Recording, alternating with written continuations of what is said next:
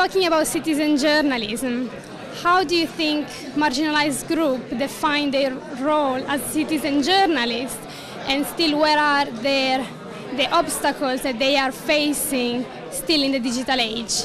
This is a really good question. It's a thing we worry about a lot at Buzzfeed because we have grown up as a digital organisation and there is no room for us in the areas that the established media cover. So we have to always find the communities and the voices and the stories that exist outside the established media. So we have, for example, the first LGBT editor in the UK, and we do seasons on disability, and we write about housing from the perspective of people that do not have housing, the homeless and the unhoused. And our goal is exactly that, to give voice to and find voices from the communities that aren't within the media, ideally by hiring people who represent those communities to do those stories. And I think it becomes its own reward because you grow an audience because you're providing stories and content that doesn't exist in the market already, and it differentiates you.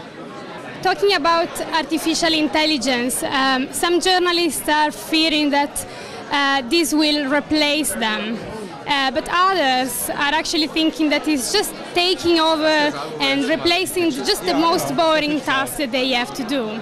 So how do you see it overall in the media landscape, news media landscape, and within Buzzfeed UK?